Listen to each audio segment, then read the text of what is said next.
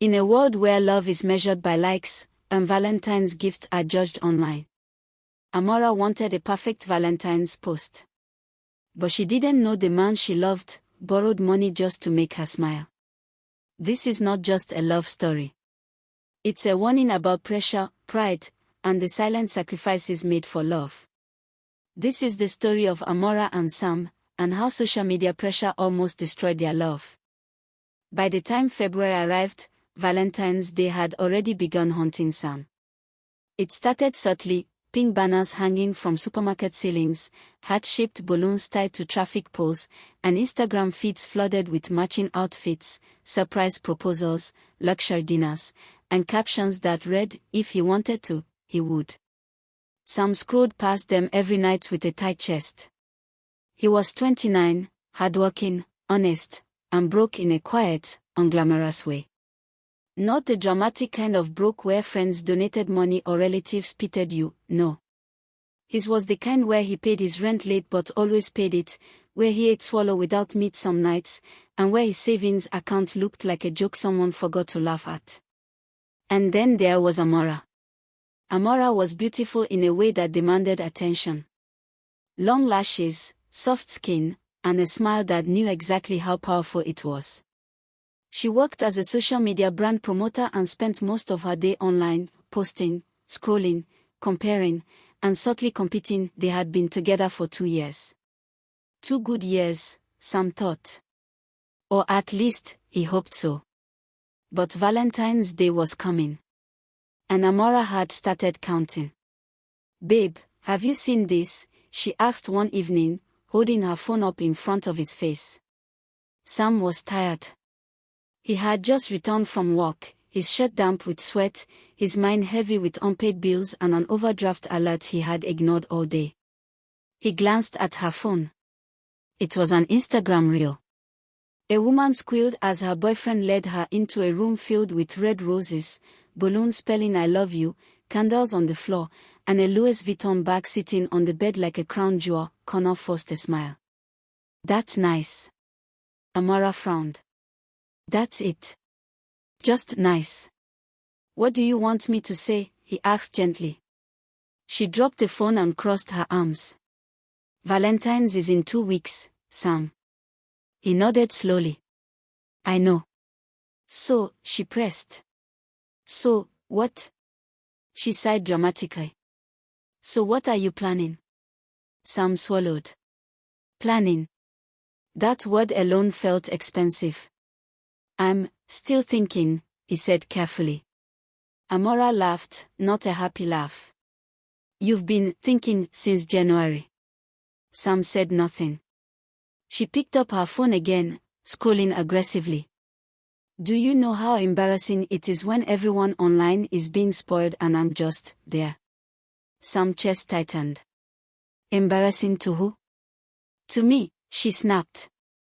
"To us." "Us." The word felt heavier than it should have. Amara didn't mean to be cruel, at least, that's what she told herself. She loved Sam. He was kind, loyal, and never raised his voice. But love, in her world, had to be visible. Documented. Posted. What wasn't online felt unreal. Every morning, she woke up to WhatsApp group chats buzzing. "My man just booked a weekend getaway. Surprise spa date." I cried. If your man hasn't started planning, is he even serious? Amara read them all. And each message planted a new seed of dissatisfaction. That evening, she stood in front of the mirror, adjusting her wig while Sam sat on the bed, quietly scrolling through job listings, side hustles, night shifts, anything that could bring extra cash, she said casually. "Some men save all year for Valentine's." Sam looked up. "Some men earn all year too." The silence that followed was sharp. "You're saying I'm asking for too much?" she asked. "No," he said quickly. "I'm saying I'm trying." She turned to face him. Trying doesn't trend. The words cut deeper than she realized. That night, Sam couldn't sleep. He lay awake staring at the cracked ceiling of his one-bedroom apartment, calculating numbers that refused to cooperate. Rent, transport, food, data, his mother's medication. And now, Valentine's. He opened Instagram again, against his better judgment. A video popped up immediately. A man blindfolded his girlfriend, leading her into a restaurant filled with photographers, violinists, and flashing lights. The caption read, "Bare minimum. Or am I asking for too much?" Connor dropped the phone onto the bed. "God," he whispered, "when did love become a competition?" He thought about Amara's smile when she was happy. About the way she used to hug him without checking her phone. About how, in the beginning, she said she didn't care about money as long as there was love. When did that change? Or had it always been a lie? 3 days later, Amara sent Connor a message. "Amara, we need to talk." His heart sank. They met at a small cafe, one Sam could afford. No fairy lights. No aesthetic corners. Just plastic chairs and the smell of fried snacks. Amara came dressed impeccably, phone already in hand. "I'll be honest," she said without greeting him. "I don't want a dry Valentine's." Sam took a deep breath. "What does dry mean to you?" "No effort. No surprises. No posting. No excitement. And if I can't do what you're expecting?" She hesitated, then said it, "Then I'll feel like you don't value me." The words hung between them. Sam leaned back slowly. "So love is now measured by how impressed strangers are online." She looked away. "You wouldn't understand." "Help me understand," he said softly. Amara stood up. "I don't want to beg for romance." And just like that, she walked out, leaving Sam staring at an untouched cup of tea and a future he wasn't sure he could afford. The room was quiet, but it wasn't peaceful. Sam sat on the edge of the bed with his hands clasped together, his thumbs rubbing against each other the way they always did when he was anxious. Amara sat opposite him, arms folded tightly across her chest, her body angled slightly away, as if she was already preparing to leave, even before any decision had been made. They were close, yet miles apart.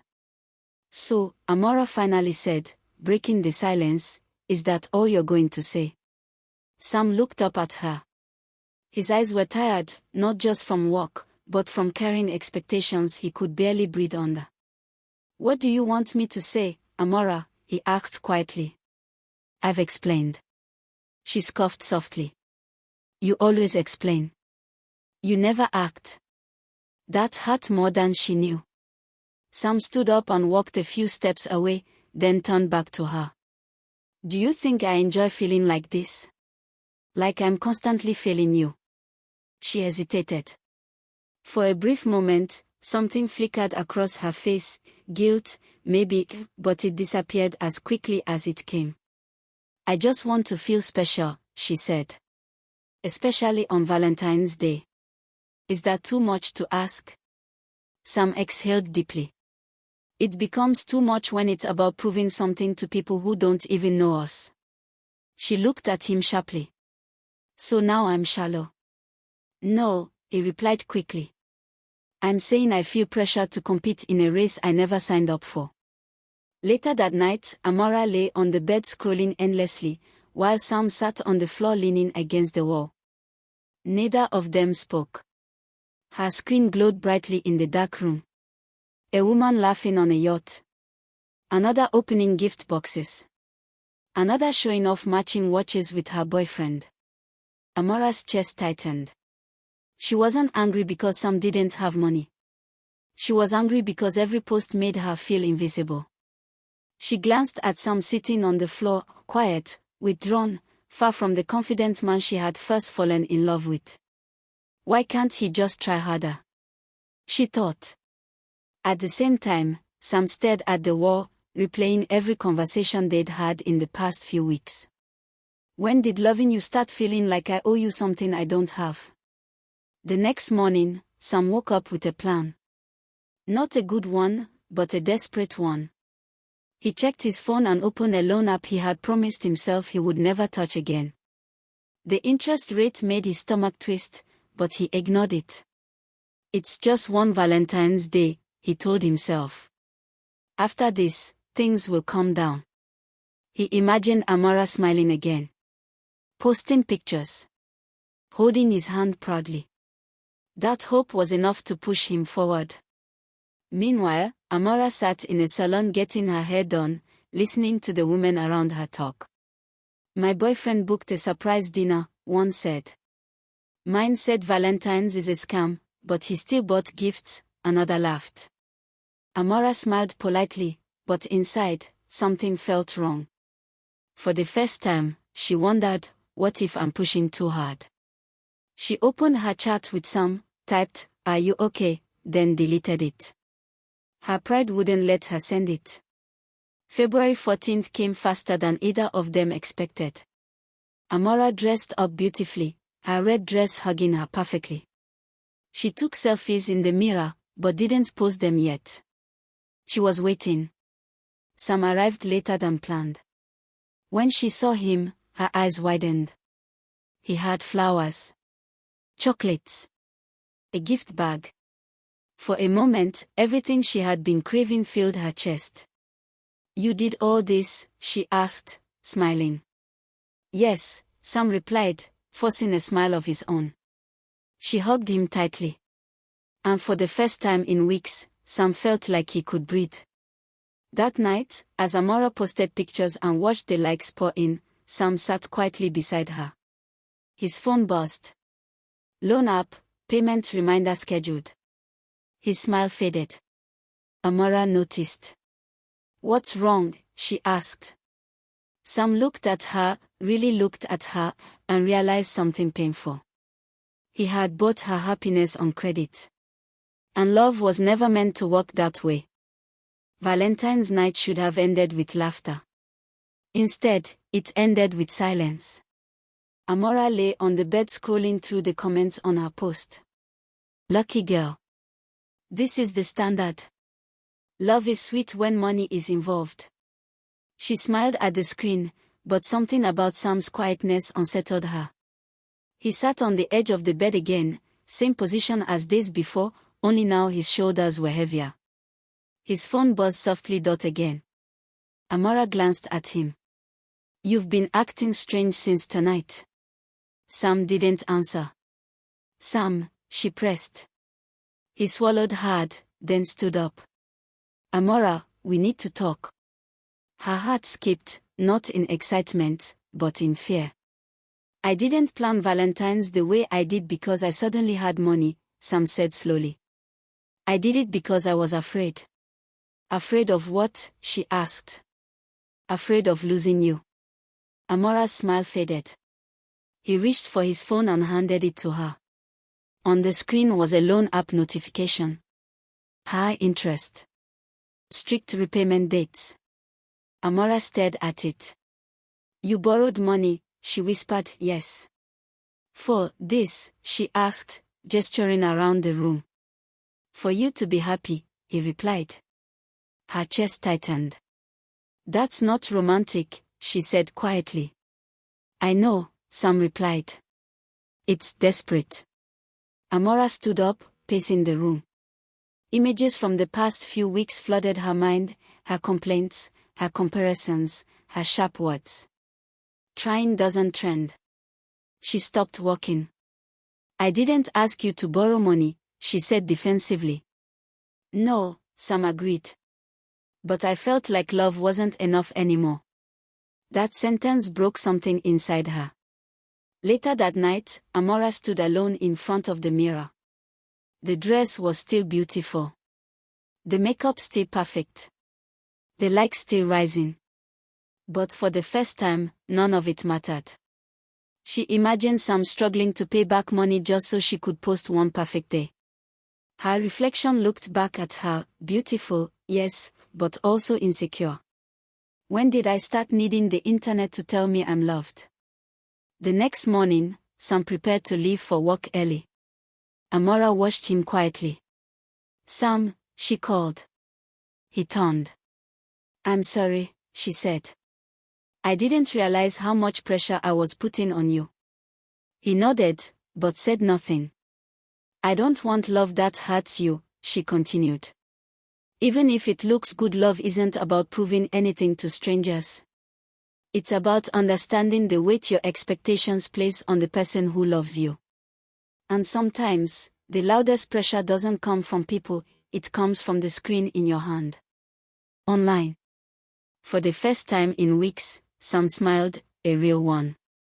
The moral of the story is love isn't about proving anything to strangers. It's about understanding the weight your expectations place on the person who loves you. And sometimes, the loudest pressure doesn't come from people, it comes from the screen in your hand. Thank you for watching this story. If this story touched you, give it a thumbs up and subscribe for more stories that speak truth. See you all in the next one. Bye.